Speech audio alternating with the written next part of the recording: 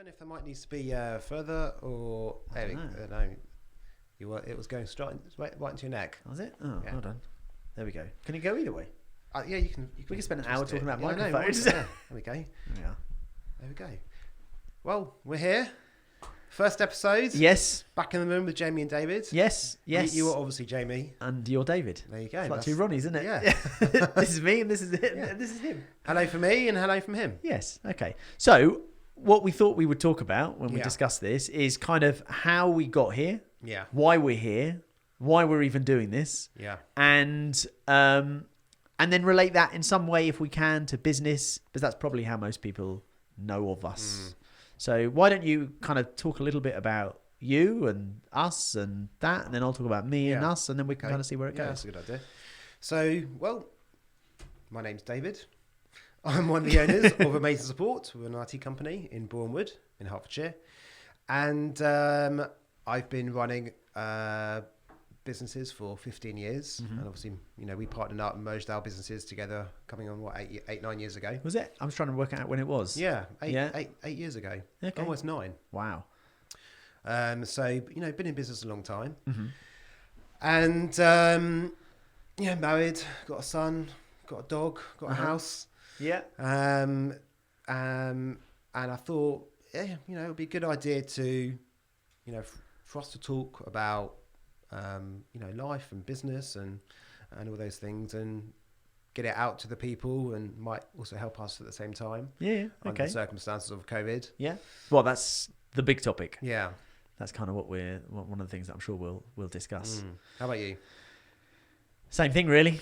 Married, 2 kids. I'm a bit older than you, so although we do have the same birthday, that's a lesser known fact that people don't know about us, is that we share the same birthday but 5 years apart. Yeah. And kind of been doing business for 20 years, or I started about 20 years ago. My business, we merged our businesses, and I thought it'd be interesting for us to talk about kind of that experience and what it's like working with a business partner. That's always interesting. Yeah. Why we think we work well together. What's good about that? What's weird about that? What's sometimes nice and not so nice? All those kind of things. Not that there's many not nice things. Well, we've grown. We've grown together. But then also kind of the stuff around it as well, because obviously we run a business. We talk about business a lot, but actually when we go out and we talk, we don't just talk about business. We often talk about personal, mental stuff, physical health stuff, all that kind of stuff around it, because having your own business tends to be the minority of people. Most of our friends are employed, which is fine. And it's a different way of, I don't know, viewing the world. I don't know how that sounds, but it's kind of, and it just feels sometimes that you feel a bit different. Not necessarily in a bad way, but it's quite nice. The reason I think one of the reasons we get on and talk about a lot of stuff is because we're both in the same situation, and we've got certain friends, each of us, who are also in a similar situation, so we can talk about it with them. But with other people, don't quite understand some of the challenges. People might say, "Oh, what challenges have you got? It's great, you've got your own business or whatever." But there are different challenges which maybe people would be interested in. If they're thinking about starting their own business, if they're running their own business, if they, you make a good point, because I mean, if you think back, 8-9 years ago when we merged our businesses together, where we both were in our business and in our lives, completely different to where we are now. Yeah. Trying to find clients, pay our bills, pay the tax. Yeah.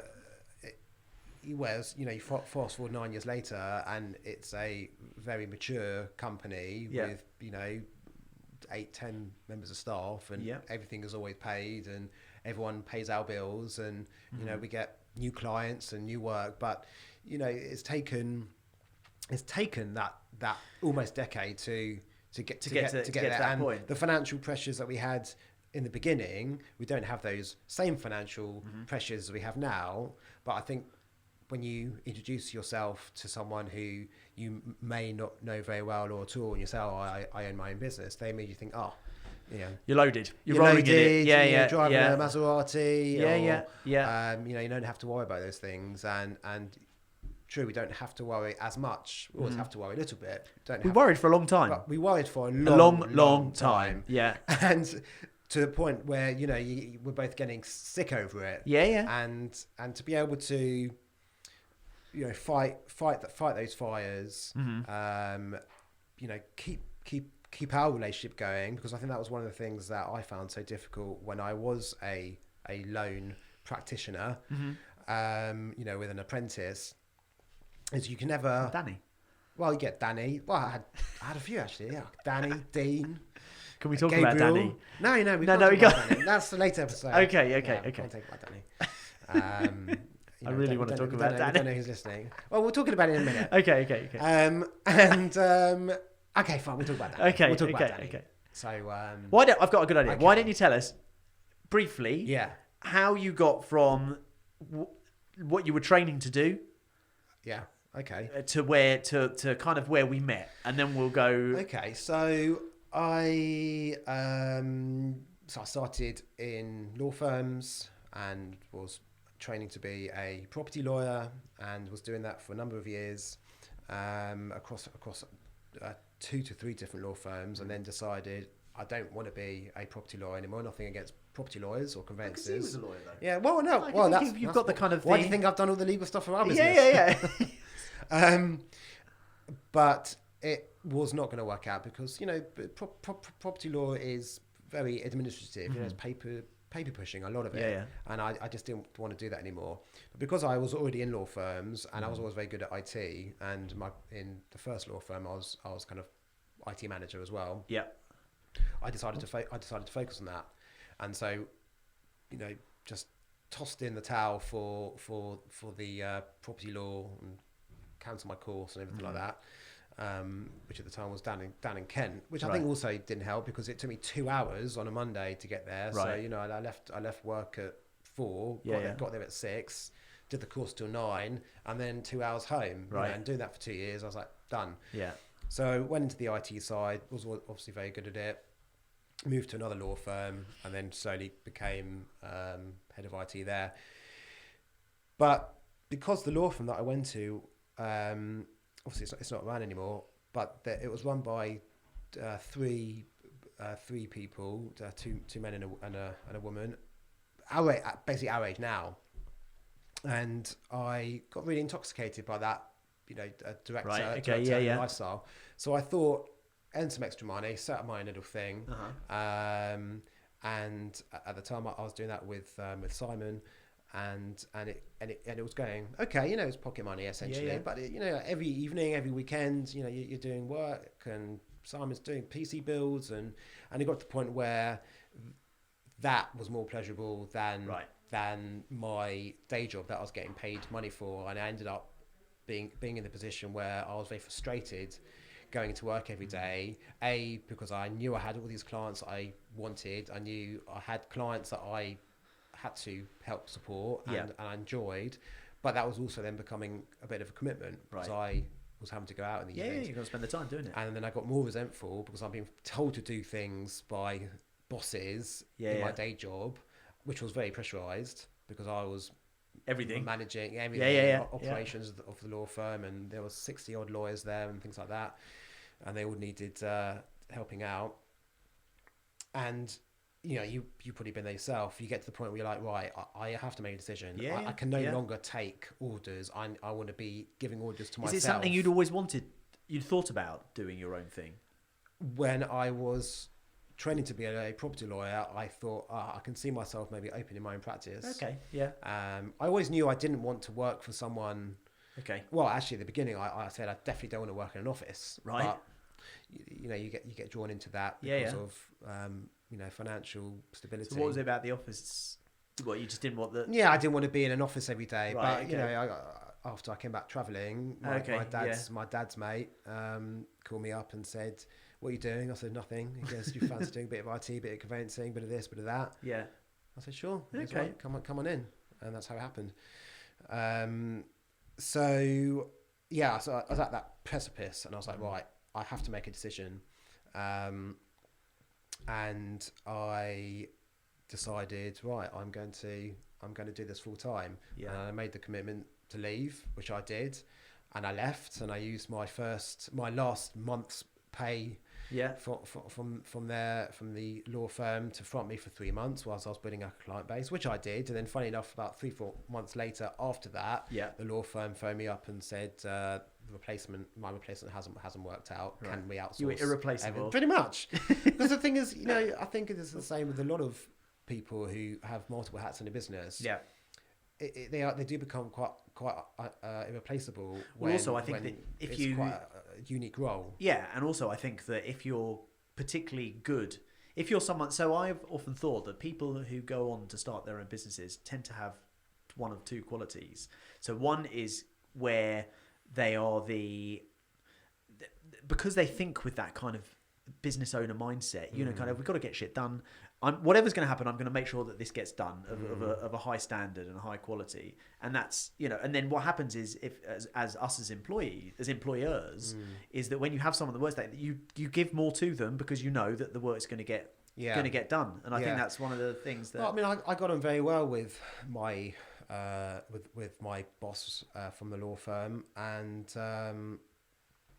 it was very nice to be asked. Can I do that? Yeah. And in fact, that ended up turning into a fairly long contract, and until they wound up their business. But consequently from that, as you know, because when we first partnered up, merged our firms, we had some of those employees from that law firm had started their own companies, and we were supporting them, and then it grew. So I think. You have those little embers that then turn into great fires if you look after them well, and if you're respected and you respect them, and that relationship can grow. But I also think a lot of this stuff is luck. It's putting yourself out there. It's taking that leap of faith.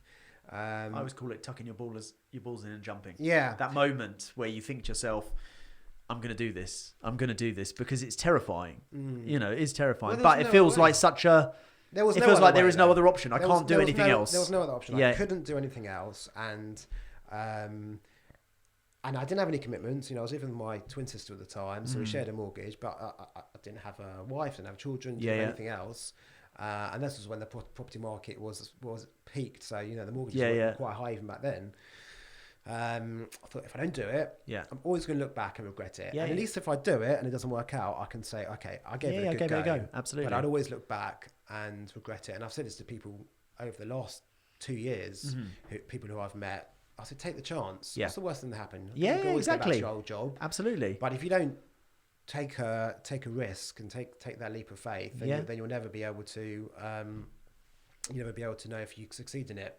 But we're going to come on. I'll ask you the same question in 1 second. But Danny, yes. So Danny was, as you know, I didn't enjoy the sales and account. Yeah.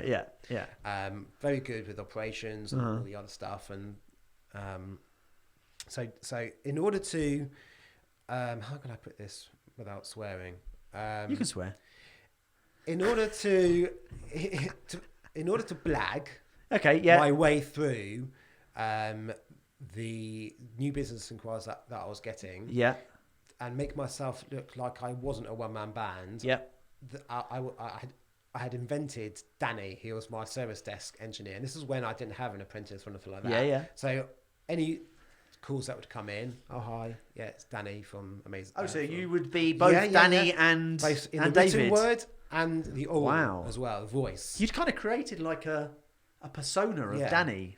But the problem is, it ended up biting me in the bum, because all these support tickets are coming in, and Danny's typing away and giving the advice and remoting in and taking the phone calls.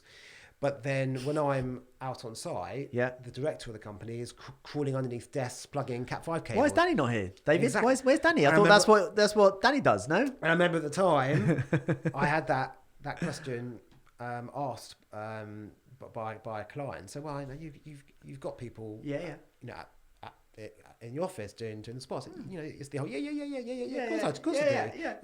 Danny. But I like to think that you get that extra personal service because I'm doing nice. it. And you turn that into a win. But yes. I walked out of there thinking this is madness, and then subsequently over those kind of few months, I got some apprentices in who overlapped, so I'd always have cover. Yeah. But Danny ran on And on and on. On and on. Yes. So Danny's ghost Danny, still exists in certain areas, I think, doesn't it? Well, our chatbot is called Daniel. It's called Danny. So yeah, it's Daniel. exactly. Yeah, So I didn't want to say, just no. in case you... Well, I thought I'd make it a bit more professional. Yeah, so Danny yeah. then became Daniel, our chatbot agent. But I think it raises a very interesting thing, which is fake where... it till you make it. Yes, and that's it. And we both started our own businesses on our own, like a lot of people do. You know, in an ideal world, you've got loads of money, you can employ people from the beginning, and that's how it works. But what you and I did was started... how did you start yours? So I was trained to be an accountant. I had no idea what I wanted to do. I was good with maths. So it kind of, my parents kind of said it would be a good idea. It's a good profession to go into. I hated it. It just made it was very dry, the whole going, studying it. And I hated it. And then I sometimes I wonder actually how it started. I think I had a computer at home and I was quite fascinated by it and I enjoyed playing, not so much games, I just like tinkering with it. And my dad had a client who ran a shop that fixed computers, and they're still around today. And he got me, I think, a Saturday job there, or recommended that I went and had a chat with the guy, which I did, and I got a Saturday job there. And it was like being in in heaven, because all of a sudden I'm doing something that this is great fun. This is great. I mean, I used to work at Tesco on the tills and all that kind of stuff, but this was literally, I was getting paid to pull computers apart and put them back together when people used to do that, and repair them. I'd be speaking to customers. It was a whole kind of like microcosm of I suppose essentially what we're doing now. So I then at that point decided that I'd passed the first year of the accountancy stuff. I was about to fail the second year. So I said, you know what, I'm going to jump onto or try and get onto a different course doing computer science. I'd never been particularly great at school or anything. So, and again, this was a weird, we've talked about this a lot, which is kind of, because we weren't good at, physics, chemistry, maths, academic subjects, to a certain extent, because you went to a very good school, I went to a pretty good school. And if you're not in that, if you're not of that mold, you're overlooked. And that does a lot to your confidence and all that kind of thing. So when I found something that I enjoyed, again, a bit like working in the shop, it was like, wow, this is studying. This doesn't feel like studying because I'm reading about stuff that. Yeah, I think I've felt the same way. Yeah, all of a sudden you're talking to friends about it, and you're basically your personal kind of hobby and love is merging with what you're learning about. You become passionate about it. It's fantastic. So I enjoyed that. Did that. And then I did a little sandwich year working for a company, doing a bit of everything, a bit of support and programming and consultancy and things like that. Then I got a job at Tesco's head office doing programming there. But I always knew I wanted to have my own thing. Like you, I hate being told what to do. I think that's a common trait of people who end up doing their own businesses. I hate being told what to do. And my family all had their own businesses. So I kind of thought, this is what I'm going to do. I'm in charge. It'll be my own destiny. I don't know. At that early years, I probably had no idea what I wanted to do or how I wanted to do it. So I worked I was with Tesco, I think, for a year and a half. But about halfway through, then I started, just like you, going around to Mr. and Mrs. Smith's house to fix their computer. I had flyers printed up and cards and posting them through letterbox and all that kind of stuff. I had a mobile phone that I could running off to the stairwell to take the call, the inquiries, exactly the and then I do that in the office. I remember working there and getting a call in from a client and running off to the hallway in the law firm. Hello, and you're trying to give support and I had most of it was home stuff at the time, but there was a few businesses, friends of friends, and that kind of thing. Yes, same. And I started doing that, and I was thinking, this is ridiculous. I can't do it. I was working every evening, every weekend. I was married.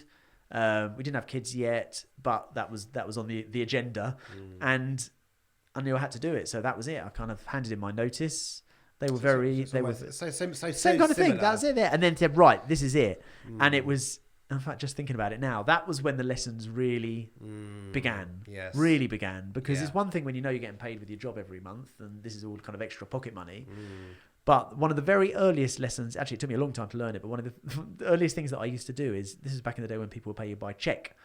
And I would get a cheque for a piece of work, 60 quid or 100 quid or whatever it might be. And I took great pleasure. It was like our spare room I'd made into like a little office study thing. I had a little tin. And I'd get the check and I thought I'd put it in the tin. I'd put it in the drawer. And that would be there for weeks. These checks would be there. And I think, oh, look at all those checks. Look at that money. And yeah, it took me a long time to realize I've got to get these Yeah. into the bank as quickly as possible Yeah. for cash flow. You know, I Yes. had no idea what cash flow was, or Yeah. debtors and No, receivables creditors. and creditors and all The that stuff. HMRC. Yeah, the HMRC. Yeah, I learned about that as well. We love the HMRC. Yeah, yes, but it's amazing how quickly you start learning that stuff once you actually take Yeah. it doesn't matter how many times you can learn about it in a lesson or a friend telling you about it or reading about it. It's only when you have to. But that's how I worked out, marketing, and leads, and it was all based on, right, how much do I want to earn every month? Yeah. Okay, so how much do I need to be coming in every month, every week, every day, every hour to give me that salary? Before then, I had to take my, whatever it was, 30 grand plus a year salary when I was a mere employee. Yeah. And you don't worry, you spend it, and exactly. You don't have to think about all those things. Wait till next month, and you do your own, cash flow bits at home to make it through the month. Yeah. But when you still have all of those commitments, and then quite a low salary when you first start, you can't even call it a salary when you first. I don't think I had any kind of salary. It was. Well, that was another thing I mixed up. I just like out of the business. This whole idea of a business being a separate entity kind of thing. If it's a limited company, I started as a sole trader, and it was really blurred. I had a card, I had some money coming into it, and I just pay for everything and do everything with it. But I think that's maybe one of the reasons we decided to start this series is you don't get any advice from anybody. No. I never went to a business advice place or I did years later to tell me about I didn't get it at all. Yeah. So you just find your feet, and I think that's definitely the best way to learn. But I would have loved to have had advice, which is why we partnered together. Was one of the things that I was missing in my business was someone to say, David, don't do that, or David, that's a great idea. Yeah. A sounding board outside of your box, because when you're inside your box, you can't see anything apart from yourself and your fears and your beliefs and your structure. And am I making the right decision? Exactly. That was one thing I remember thinking. I remember saying that to you when you stood almost pretty much the same depth away from me now, back in Edgeway in my office. It's virtually just tip the screen on its side. Well, there you go. Yeah, I miss my vertical screen. With all the support tickets. That's running through. Was, to have that companionship in a business, but from a side that is linked to what you're good at, but different. Yeah. Because all the things that I'm shit at, you're good at, and vice versa. Well, we've definitely learned off each other, merged. So now actually, I'm not that bad at the client side and the sales side, and you're not bad at the marketing side and the operations side. So we've learned off each other, but that's still taken a decade to do that and be comfortable with and grow into ourselves. Yeah. But if we just had just a few kind of helping hands along the way, I think it hopefully would have been less. But bumpy, also, it made us who we are. It does make you who you are, and it's also to do with the kind of the experience. Like I said, it's all very well having someone tell you about something, but it's only when you've actually gone through that and you kind of experience it that you can learn from that. I went to see a guy who subsequently became a friend of mine. What was it called? Wenter, I think, in Watford, the business centre in Watford. And in fact, this happened for a long time. Even I think, probably even up until a few years ago, where we really, I think, got our heads into, probably 5 years ago is when we really kind of got growth plans, and we really started to kind of knew what we were doing. Yeah, but only 5 or so years ago. Up until then, it was still. Hard. I don't understand. Why is there no money? We made a profit. Where's the money? I don't understand. And it was what you used to say all the time. You're taking from Peter to pay Paul. That's right. And it was just that. In my mind, it's plate juggling, plate spinning the whole time. Yeah.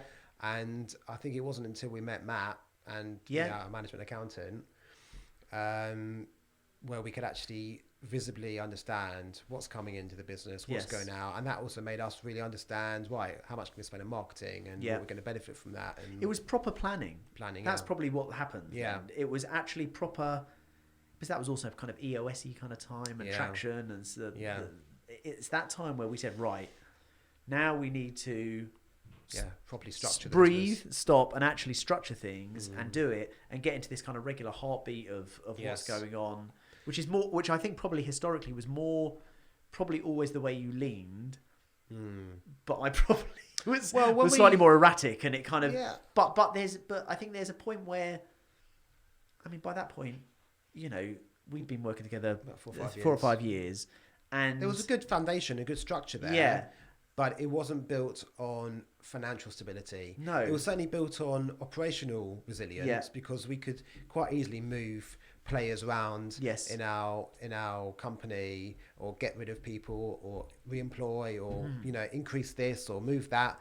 But it was reactive. It was very reactive. It was totally reactive, and I think that's what I was going to say is that it gets to a point where, I mean, in our case, we've had all the lumps and bumps you'd have in a business, but it was quite a big bump of something that happened, and we're like, right, we're done with this. This is enough. Letting like the boat go up and down and rock us around. It was too much, and I think that was the point. That was the slap in the face. That was like.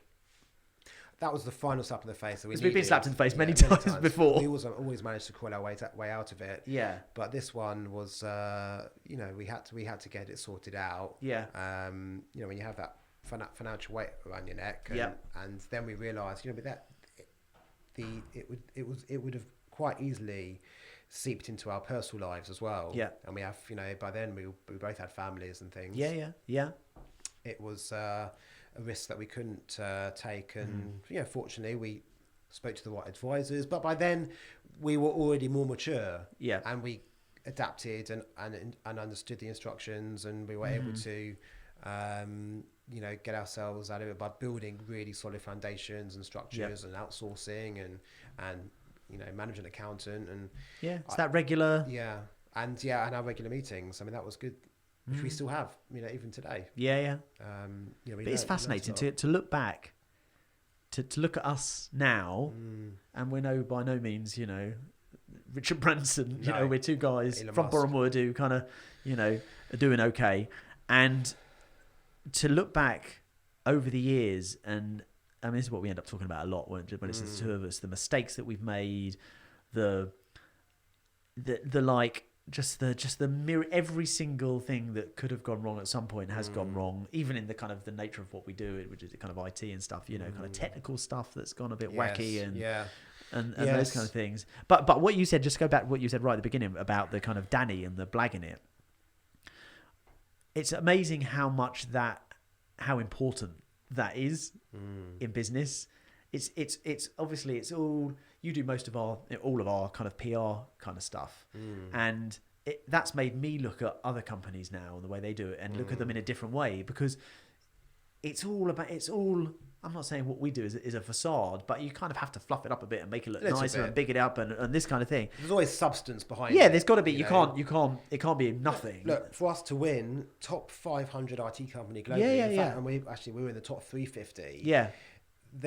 Everything is factual. Everything, to win top 350 best managed IT company globally, is based on figures, on results, on everything to do with our operations. We won it. We won it. We won the place. As much as it looks great on screen and everything, you have to hype it up a little bit. Otherwise, people aren't going to want to read into it and look at it. But at least everything that we do behind the scenes, everything that is related to that, has proper grounds. Yeah. And I know what you're going to say. Obviously, sometimes we see competitors or other things. Yeah. We know that some of it is a bit airy-fairy. Well, no, what I was also going to say is that so let's say there's a version of us 20 years kind of junior to where we are now. So they're working, one's an accountant, one's a solicitor working it, and they're looking and they're going, oh my God, look at this, this company or whatever. And they're looking and go, oh my God, how do they, and it's like, how can you? Those companies are still blagging it a little bit. Yeah, but how when you're just starting out, I was talking to someone before this, I was just doing a bit of work for someone, and I was talking to them about it, and they were saying that, it's that kind of like 20 years to become an overnight success kind of things. People look at the resulting of where you are now, and they haven't seen all the shit and the stuff that's happened before then. And to a certain extent, it is that kind of fake it till you make it. You have to kind of believe, you have to kind of think you're a year or two ahead of where you are to kind of get to that point. Yeah, I mean, I remember when I first started my IT company, I looked at that MSP 501 awards, and I remember at the time thinking, what sort of company can get on there? I'll never be able to get on there. And then 10 years later, Amazing Support He's on there twice. We won last year. Top 51 in Europe, and Yep. then top 350. Well, in fact, sorry, last year we were top 40 in Europe, and then top 350 in the world this year. And for me, that was a massive success story for us. Coming from where we were all the way to where we are, this year, especially with everything that's been going on in the world with coronavirus. But looking back 10 years ago or 15 years ago to that 23-year-old, whatever I was back then, thinking, who are these companies? How did they get on there? But isn't that a great lesson though? Because I think that I guess we all. And I think it's something that just comes with age, essentially, which is that we look at things and we all want, and particularly in this culture, and even this makes me sound old, this whole kind of Instagram-y kind of thing, which is, and YouTubers, they're like, my kids will be looking at it and they're going to be looking at this guy thinking, oh my God, look at him. He's got a millionaire. I told you about this with Zach. Oh yeah, you said, yeah. He watches these YouTubers and I don't understand the attraction, but he's so focused on it. He'll say to me, why can't we? Daddy, can you buy a Lamborghini? A, do I want a Lamborghini? No. I drive a hybrid, and I'm very happy with driving a hybrid because it saves me lots of money. So no, I don't want a Lamborghini. No, I'm not going to get one, Zach. I want you to stop watching this because it's not real. It's this fixation of kind of... It's not realistic. It's like the 0.001% is that life. And, he doesn't understand that half of these, or most of these people, they don't own their own houses. They don't own their own cars. It's all rented. He doesn't understand. He just thinks, oh, okay. That's obviously and it's this immediacy. They want... There's a whole generation, I think, of people that are thinking, well, you know what? I want the flash car and the big house and the this and that, but I don't want to work for it. No. I want to I want to do this, and they think that's how you're going to get paid. And I think it's so wasteful. It's like... kids nowadays, I suppose, like when we were at school, we weren't pushed down the manual route. No, it was all academic. If you weren't doing academic, as we said before, we excluded or in bottom sets or whatever, and you just left to to your own devices. I was never pushed to become a plumber or an electrician, and now those trades are dying out. Or they're run by the huge companies where they're very expensive. And I wish I'd had that opportunity to become a tradesman or a craftsman. Because, those things matter. And these days, our kids aren't going to turn around and go, I want to be a plumber. And it's such a shame because those trades are so needed. Well, they're real. They're actual. It's real. Yeah. It's real work. And it's very saddening when these TikTok and Instagrams and YouTube is all pushed to kids at such an early age. Yes, and I think it's completely inappropriate. But I think that's the world we're living in. I can't. That's it. If I shield too much, then you're like the kid that never had a TV. Damage. When we were younger. Exactly. It does just as much damage as just letting them watch everything whenever they want, which is why it's balanced. No, it has to be. But sometimes I don't always win every battle. No, definitely not with a six years old. No, impossible.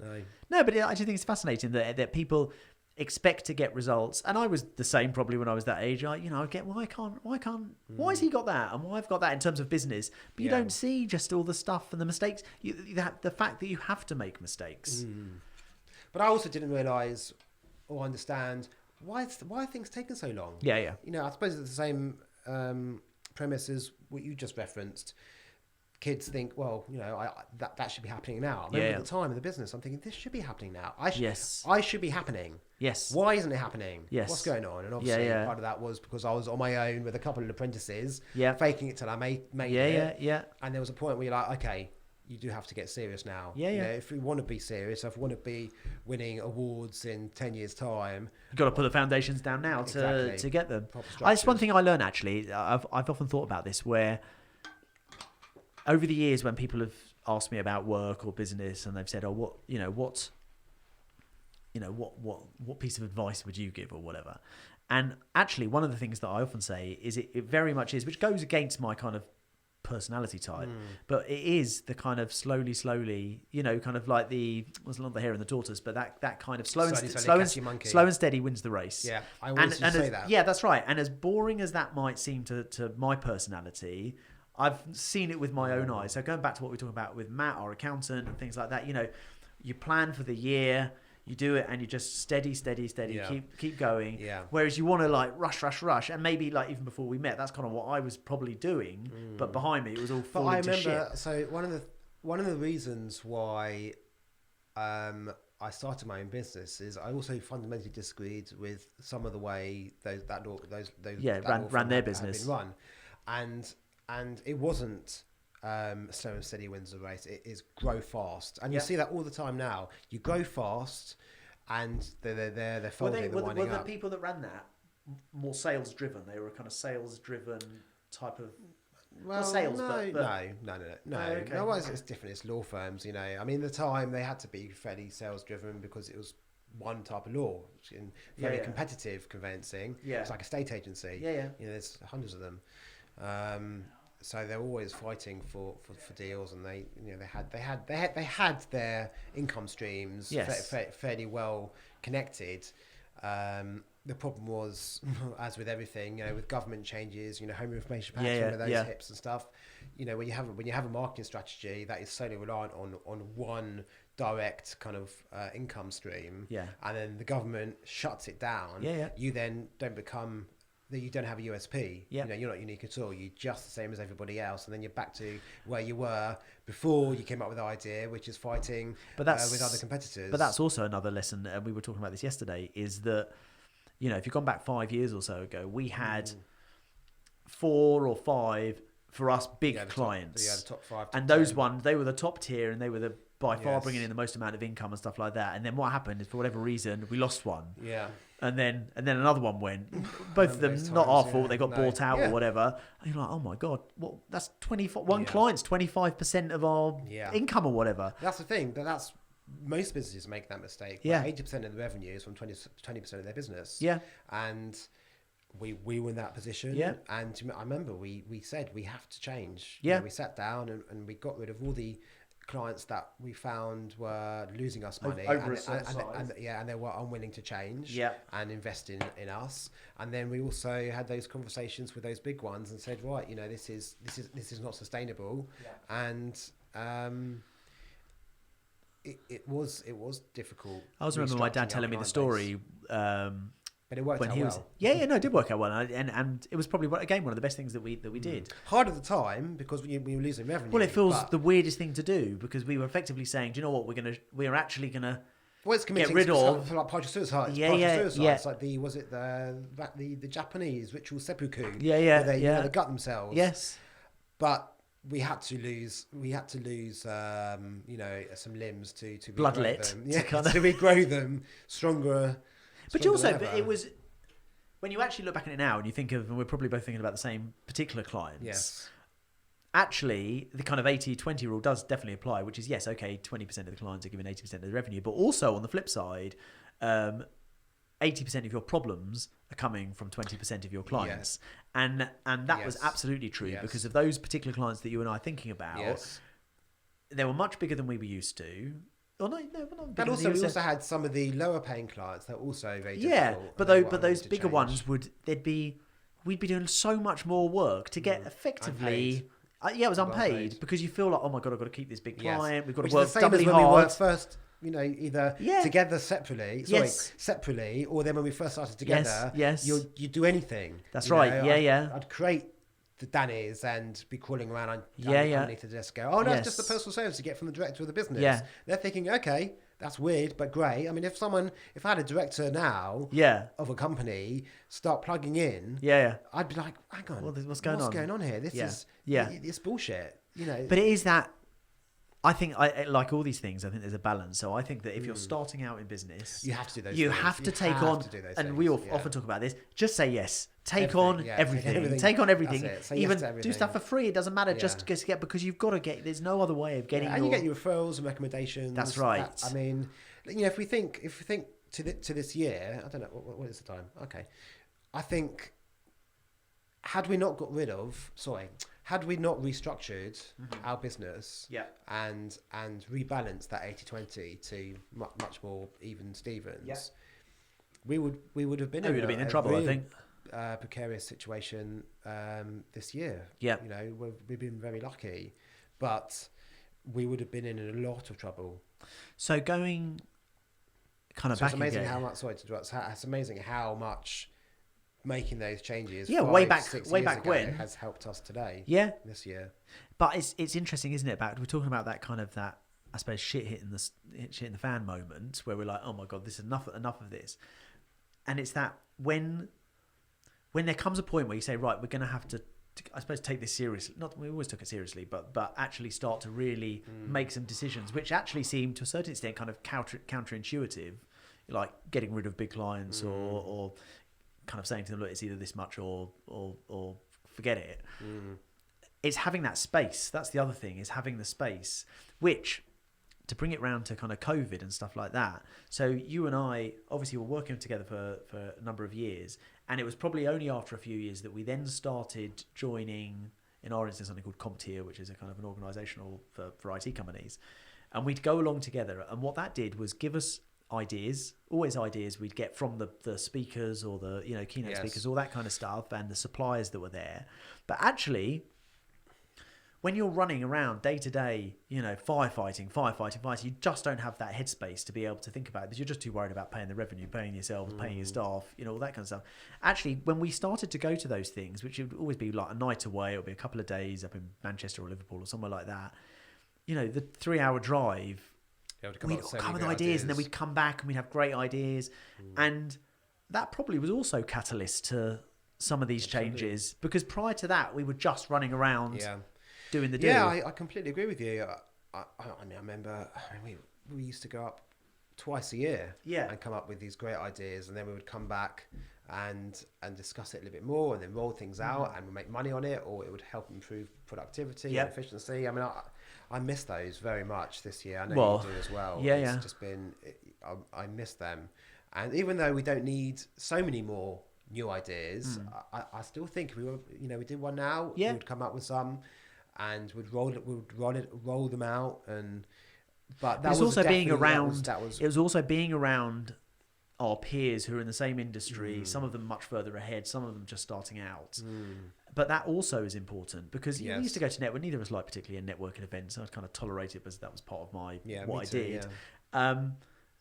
But that was always a selling kind of thing. It was networking, but it was essentially to try and get new business. This was learning and schmoozing, and but this was mixing with people who'd had the same war wounds as us. And it was listening and schmoozing and enjoying, and I think.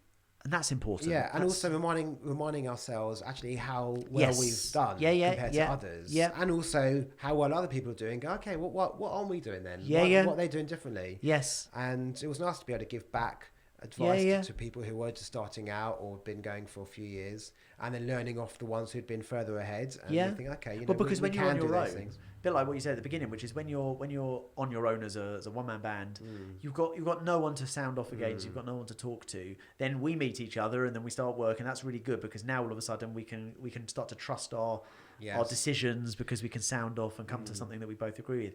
But that even in itself is still not enough, because you then have no idea where you are.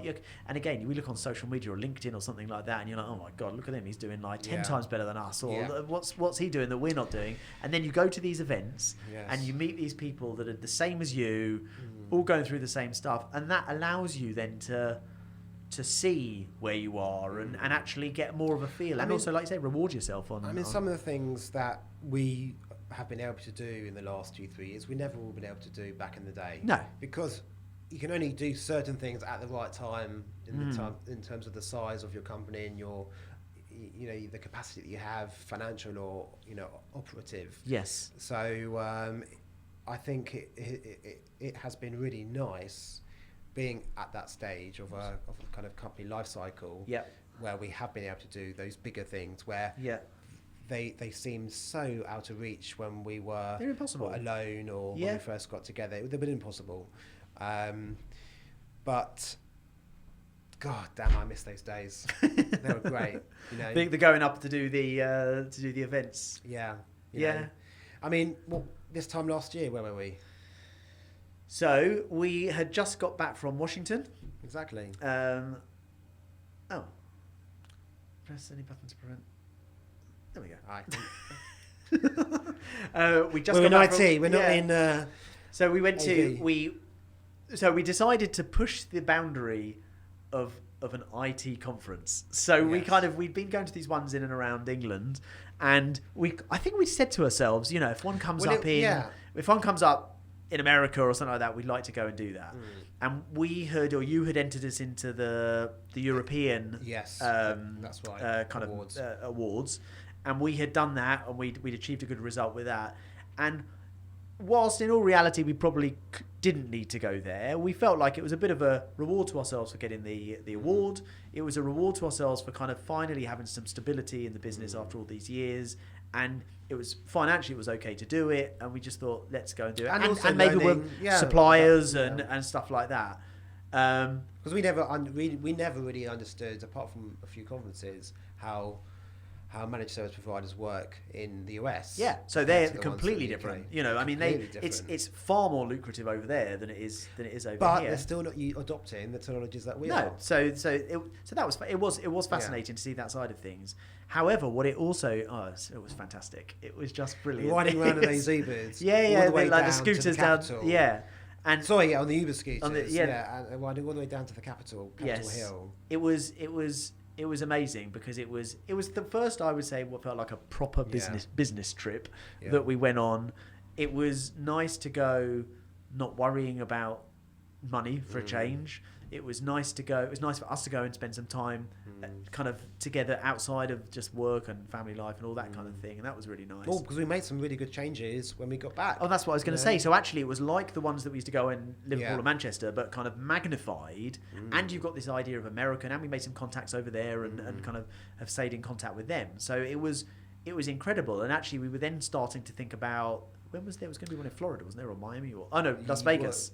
Yes. Well, there was. And then COVID has kind of collapsed. Yes. Because we went there, because we'd won the European awards, and then they said, right, they invited us to Washington, even though it was more of a, I suppose, trade supplier conference. But that's when I also realised that the US IT companies aren't adopting cloud enough. No, in any way near how we do. Yeah, exactly. And I remember we were speaking to a particular backup hardware company, and he said most of our clients are still using tapes for backups. And you're not even using the cloud, and they're not getting rid of servers. You remember when we went out to the restaurant with that guy, IT company, and he said, they're just so slow the way to that adopt. they want to do it. All the IT, so many IT solutions coming out from the US, but it was a great trip, and I think that also enabled us to go forward to the global awards, because I wasn't aware as much. I was aware of them from 10 years ago, but I didn't understand the different facets of that kind of channel awards, and that led us on to winning it globally. But we still came up with some great ideas from that trip, and expanding the service desk better. So going into kind of the weird world that we're in now, the kind of COVID world, it is interesting because obviously all that stopped in terms of just even ones somewhere else in England. All that kind of conferences stopped. Well, they have the virtual ones, but I can't be bothered.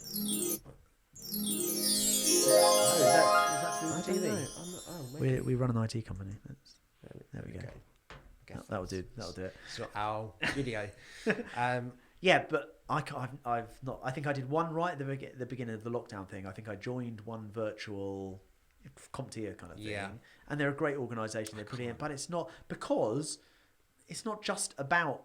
No. I think that when you do stuff on Zoom and virtually, it becomes extremely focused. Right, now we're going to talk about this now, but actually, it's everything around that which is the important bit. It's the going out and getting drunk. It's the having meals. It's the schmoozing stuff. It's that side of it. That's where business happens. That's where the deals get done. That's where you meet the contacts you're going to meet with. As much as using Zoom and Microsoft Teams or whatever people are using for school, Google Classroom, keep in touch with our parents and FaceTimes. It's all important, and it's crucial and needed. But I also think, I have no idea when I'm doing TV. I also think that there is a point where you just can't do that anymore. No. And you have to go and meet people. Yeah. You know, we need those connections. We need that social contact personally, for professionally. And for your own bloody mental health. Mental we were health. talking about this a lot. You know, this kind of not seeing people is, I mean, okay, it's happened a little bit more over the last few months or whatever, but not big groups of people, even going to a blooming bar or a pub, you know, where there's the hubbub of people, that we are, you know, social creatures, and that's what we do. And it's weird. And I'm really, you know, if you're a business starting now or just about to start now, or just started at the beginning. Yeah, it's hard. That'd be weird. I don't know how, you know, all these networking events that are all online and they're all, it's missing a great big chunk. You know, being furloughed and then thinking, what am I going to do? And then thinking about starting my own business, or even if we'd started a main support a year ago. Yeah. God, we'd be in a real mess. And I think our longevity has helped us, but I would be worried now if we were fledgling. Yeah, it's such a difficult time for everybody. Well, even 5 years ago, I'd be worried about. Oh yeah. Even if it happened 5 years ago, it's. You know what? I think you just have to do whatever you can do to survive. Yeah. But I also think there was a point where you have to take those risks and you have to go out and see people. You can just do it in a safe way. You know, we can still do social distancing. Yeah. But I don't see any reason why you can't just. We can't take more risks to, you know, to keep that kind of connection, the business connection, flowing. So I've got my ideas. What's your prediction for the next 12 months? World-wise or work-wise? World, work, COVID, the whole, what's going to happen? Well, then we can look back on this in 12 months and laugh at how idea. Out of touch we were with what was going on. Well, the vaccines. Yes. The vaccines are essential, because if everyone is going to be happy doing what I just said about going out and meeting more people, whether it's for work, whether it's for pleasure, people need the safety and reassurance. Yes. Although lots of people don't want to do the vaccine. There's a big 25% they reckon of people aren't going to do it. I don't agree with anti-vaxxers. Yeah. But hopefully with herd immunity, when all the vaccinations go out and it eventually disappears, and they're not going to have to worry about it. It's just, I don't know, they're just going to have to be careful. But we need those vaccines as quickly as possible, and to the NHS frontline workers, to the elderly, to the vulnerable, makes sense. Done.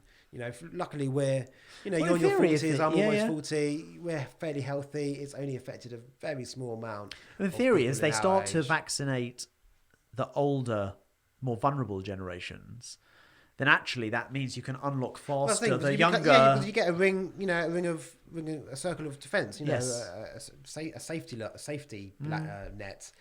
And if you know they're all protected and okay, then you know surely you can open up the rest. Because they're at less risk and the virus isn't spreading as much, and so hopefully we see that happening. I know Boris has said end of the spring we should be in a better. I hope so. I think that I can't carry on with this. No, well, I think we will and we will continue to do it following the rules. But it's like, just in terms of business, it's. I mean, I said to you the other day, I think that it has affected us. It has affected us. We can't. You know, clients don't want us to go, or new business don't want us to go. But I think that if people know and they can start to see the vaccines rolling out and whatever, it's what business needs. Business needs confidence. Yes, I was just going to say that confidence. If it hasn't got confidence, it just goes stale and retracts. Because the markets will then bounce back even more than they have done at the moment, and we just need to see that growth. You know, where what it says a 9% GDP gap at the moment. Yeah. You know, that needs to be closed. Yeah. And I mean, God knows how all this furloughing is ever going to be repaid. You know, Zach, Joshua, and Oliver are going to be repaying it, or for the rest of their lives. But I mean, it is just essential for all of that to happen. For all of us to crack on and get back to normality as it was this time last year. Well, I think that if that happens and that starts to work, and springtime next year is going to be when I think that's going to start to. I kind of have this idea in my mind that it's going to be like a bit like the kind of VE day. You know, there'll be a time when they can say, right, Yes. the bars can open, the clubs Yeah. can open, the pubs can open, everyone, and it will just, people will go nuts, Yeah. you know, which is great. But I think that's going to be... Well, I was saying something to Nick yesterday. I mean, Armistice Day on Sunday is essential. Yes. We have to keep Yeah, yeah. that, you know, to remember all of the soldiers Yep. who fought for us and unfortunately didn't make it home Yeah. during all of the wars. But as Boris said back in March, you know, what we're going through now is a war. It's a war against an invisible enemy. And I personally think that all of the NHS people that didn't make it, who were our soldiers, Yes. should There should be an remembered equivalent or included within the armistice. in Remembrance Sunday. Yep. And we have blue poppies instead of red. We Yes. have blue poppies as well as the red ones. Yeah. It's a To good remember idea. all of the fallen NHS soldiers. Yes, who very didn't true. make I'd not it, thought of that. To Yes. help who've made our lives or who will have made our lives safe to live in and, Yes. and to carry on living. No, I think that's it. That's it. Yeah. You're not boring me. No. Well, I think we should wrap up now anyway. I think so. I think this was good. This is nice to have a chat. Yeah, have a chat. Even if no one watches it, we can Yeah. look back and Yeah.